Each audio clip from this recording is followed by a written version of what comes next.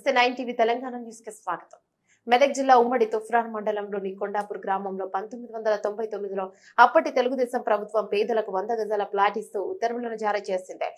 పట్టా సర్టిఫికేట్లు పంపిణీ చేసింది. ఇప్పటికీ స్థలం చూపించడం లేదు. నిర్మాణం కోసం వెళ్తే ఇల్లు నిర్మాణం చేయనివ్వడం లేదని మీడియా ప్రభుత్వాలు మారినా ఎక్కడ వేసిన గొంగడ అక్కడే ఉందని ఎన్నోసార్లు స్థానిక ఆర్డీఓకు తహసీల్దార్లకు వినతి పత్రాలు అందజేశామని వెల్లడించారు.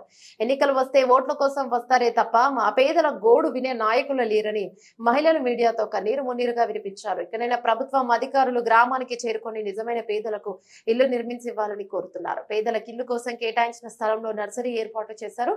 అద్దె ఇళ్లలో ఉంటూ కాలం వెళ్లదీస్తున్నారు. అద్దె కట్టే పరిస్థితి లేకపోయినా కూలి పనులు చేస్తున్న డబ్బులు కిరాయికి సరిపోతుంది. అనేక ఇబ్బందులు ఎదుర్కొంటున్నామన్నారు. ఆంధ్రప్రదేశ్ రాష్ట్ర విభజనకు ముందు పంపిణీ చేసిన సర్టిఫికెట్ స్థలాలు తెలంగాణ రాష్ట్రం ఏర్పడిన మా తలరాతలు మారడం లేదని వెంటనే తెలంగాణ రాష్ట్ర ముఖ్యమంత్రి రేవంత్ రెడ్డి దృష్టి సారించి స్థానిక అధికారులకు ఆదేశాలు జారీ చేసి అసలైన నిరుపేదలకు ఇల్లు నిర్మాణానికి సంబంధించిన చర్యలు తీసుకోవాలని గ్రామస్తులు కోరారు. నాకు 2 కొడుకులు, గంట భూమి లేదు, మేము కిరాయికే ఉన్నాము. మా కొడుకు ఏం లేదు సార్. మాకు ఈ నర్సరీకి ఇచ్చిర్రు, అప్పుడు ఇచ్చిర్రు. ఇప్పుడు సార్ ఏమి సప్లై చేస్తలేరు. కట్టుకోమంటే వద్దంటాడు. ఓసారి తీసినాక వద్దన్నాడు. వద్దంటే సప్లై కూకున్నాం సార్. మరి ఇప్పుడు న్యాయం చేయండి సార్. మీరు మాకేమీ లేదు. ఊరే వచ్చి అరుచుకోరు సార్. పెద్ద మనుషులు ఏం లేదు. కూలి బతికే ఉంది సార్. మాకు ఏం ఇప్పుడు ఒకడికి రైకున్నాం. ఎట్లా న్యాయం చేస్తారో చేయరు సార్. మా కొడుకు 2 కాళ్ళు ఇరిపోయినాయి. మా చిన్న కొడుకు ఇల్లు అంతా కూలిపోతుంది. అందులోకి వెళ్ళి ఒకడికి రైకున్నాం. మేము గిట ఇబ్బంది పెడుతుర్రు. గీడ గుడి చేసుకొని ఉంటామంటే న్యాయం చేస్తారు. మరి ఎట్లా చేస్తాం ఏమో. మా భూమి లేదు, ఏం లేదు సారు. వాళ్ళకు నా కొడుకు జాగలేదు అని వాళ్ళకి ఆయన చచ్చిపోయి నా కొడుకు ఇలా తండ్రి చిన్న ఊరు పిల్లలు కూర్చొని పడి ఉన్నాం. కాదు తేళ్ళు వస్తున్నాయి. మాకైతే అక్కడ పోమంటే వాళ్ళు పోతే వాళ్ళు ఇడతారు. ఇక్కడ కట్టుకుని ఇల్లు వద్దంటాడు సారు. బలం ఎక్కువ. నా పేరు మన్య నర్సమ్మ. మన్య నర్సమ్మ. మాకు జాగా గిట్ ఇచ్చారు సార్. ఇటు ఇస్తే కుంటకట్టకి ఇచ్చారు సార్. మాకేమి లేదు. 2 కొడుకులు ఇల్లు కట్టుకుంటాం సార్. కట్టనిస్తలేరు. కట్టుకుంటామంటారు, కట్టుకోమంటారు. ఓసారి అటు తీసుకుంటామంటారు. ఇక ఎటు లేదు సార్. మా కొడుకు కిరాయికి ఉంటాడు. ఆడ జరంతా ముచ్చమంతా గూడు లేదు. ఇల్లు కట్టుకుందామంటే మళ్ళీ సార్ కట్టుకోరు, అప్పుడు కట్టుకోరు అంటారు సార్. ఈ ఎలక్షన్ అయినాక కట్టుకోమంటారు సార్. ఇవ్వ సార్ ఏమన్నా అంటే ఎలక్షన్లు అయిపోయినాక కట్టుకోరమ్మా అంటాం. ఎలక్షన్లు అయిపోయినా చింతలో పెద్ద కూసమ్మ నాకు కుండ కట్టకి ఇచ్చిర్రు. మాకు 2 కొడుకులు చచ్చిపోయారు. మాకు 2 అమ్మ చిన్నగా ఉన్నారు. ఇల్లు కూలిపోయింది సార్. నాకు ఇల్లు కూలిపోయింది. కిరాయిట గుసలు ఉన్నా. పాములు వస్తున్నాయి, తేళ్ళు వస్తున్నాయి. చిన్న కొడలు చిన్నది, ఏది చిన్నది. కుంట కట్ట వద్దంటున్నాడు సార్. సార్ వద్దంటున్నాడు సార్. మనని మా నాయన చూయిరి. మా కొడుకులు చచ్చిపోయారు. మీ దయ సార్. ఇక మీరు ఎటు చేస్తారో అటు చేయరు. అక్కడ పోమ్మంటాడు. ఏమంటే అక్కడ పోతే వాళ్ళు ఊరుకుంటారు సారు. కట్టినోళ్ళు వాళ్ళు ఇడతారు. ఇటే మీ సార్ వద్దంటాడు. మా ఆయన నర్సరీ పెట్టి సార్ వద్దంటాడు. ఇవా సార్ సెక్యూరిటీ ఏమో సెక్యూరిటీ సార్ ఇవ్వంటాడు. ఆయన ఏమంటే వద్దంటాడు. మా ఆయన నర్సరీ పెట్టిపించిండు. మేము ఎట్లా సార్, మేము ఎటు పోవాలి సార్. మాకు ఇల్లు కూలిపోయింది. 2 పిల్లలు ఉన్నారు. కొడుకులు చచ్చిపోయింది. నా కొడుకు దర్వే లేదు సార్. మాకైతే మా బతుకు ఆగమైపోయింది. గుడిసెలు ఉన్నాం. తోలుకొచ్చి కూడా చూసిపోయి పాములు తేళ్ళు వస్తున్నాయి. ఇల్లు కూలిపోయింది. 2 సంటి పిల్లలు ఉన్నారు సార్. 2 కొడుకులు చచ్చిపోయారు. నాకు ఒక చిన్న పిల్లలు కట్టుకొని కుర్చీలు ఉన్నాయి. నేను కుర్చీ వేసుకుని అంటే వద్దంటున్నాడు. 4 రోజులు ఉండిపోతాం. మనం ఇల్లు కట్టుకున్నాం వద్దంటున్నాడు సార్. మళ్ళీ ఇంత బాధ పెడుతున్నాడు. మళ్ళీ అదే అక్కడ పోమంటే అల్లుకుంటారా. అక్కడ ఇచ్చిన వాళ్ళు అక్కడ పో చూసుకో అంటాడు. బత్తు అక్కడ పోతూ అల్లుకుంటారా.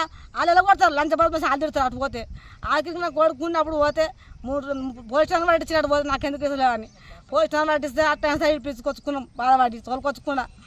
ఆయన చచ్చిపోయింది నా కొడుకు బాధకు. ఈ జాగా కోసం చచ్చిపోయిండు.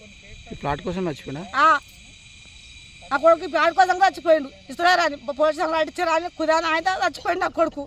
ఇప్పుడు కుంటకాడ కూడా దండం పట్టరు సారు. ఎట్లా ఇవ్వాలి మేము ఎట్లా బతకటి మా బతుకు వచ్చి చూసిపోరు. లేకపోయింది ఎండు చూసిపోరు మా ఇచ్చి లేకపోతే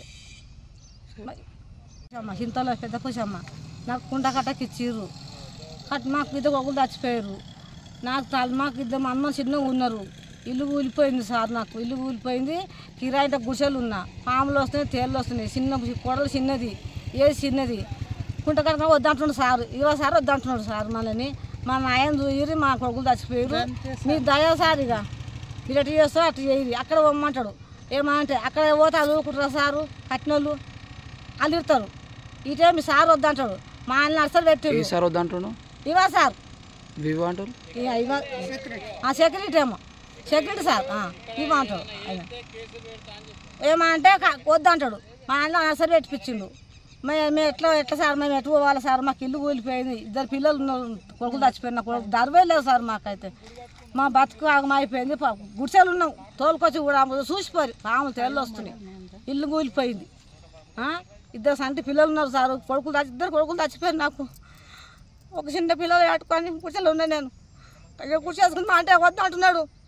4 రోజులు ఉండిపోతామని ఇల్లు కట్టుకున్నాను వద్దు అంటున్నాడు సార్. మళ్ళీ ఆయనతో బాధ పెడుతున్నాడు. మళ్ళీ అదే అక్కడ పోమంటే అల్లుకుంటారా. అక్కడ ఇచ్చిన వాళ్ళు అక్కడ పో చూసుకో అంటాడు. బత్తు అక్కడ పోతూ అల్లుకుంటారా. వాళ్ళు ఎలా కొడతారు. లంచ పడిపోయి వాళ్ళు తిడతారు. అటు పోతే ఆఖరికి నాకు కొడుకున్నప్పుడు పోతే 3 పోలీస్ స్టేషన్ పట్టించినట్టు పోతే నాకు ఎందుకు ఇస్తలేవని పోలీస్ స్టేషన్ పట్టిస్తే అట్లా సైడ్ పిచ్చుకొచ్చుకున్నాం. బాధపడి తోలుకొచ్చుకున్నా. ఆయన చచ్చిపోయింది నా కొడుకు బాధకు.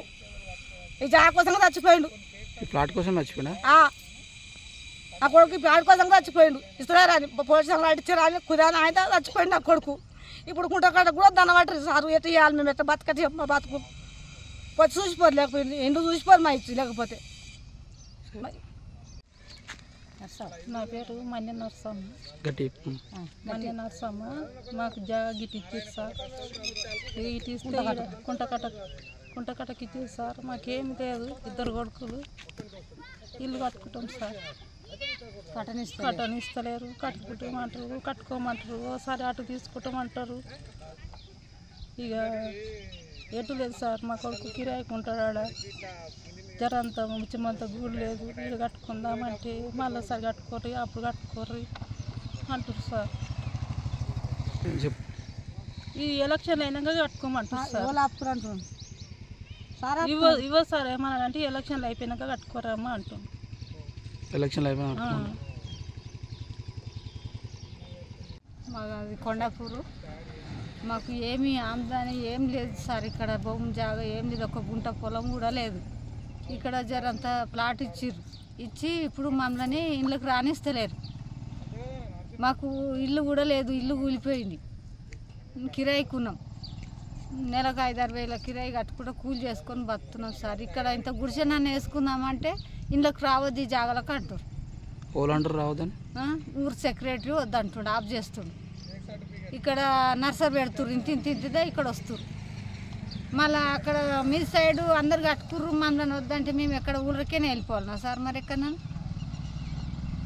అదనే న్యాయం చేయాలి మాకు. మీకు సర్టిఫికెట్లు ఇచ్చినప్పుడు చూపించారా? జాగాలు చూపించారా? చూపించారు. గుర్తులు పెట్టుకున్నాం. ఇవి అవే ఇడికినా అందాక ఇదంతా వాళ్ళకి ఇచ్చిర్రు.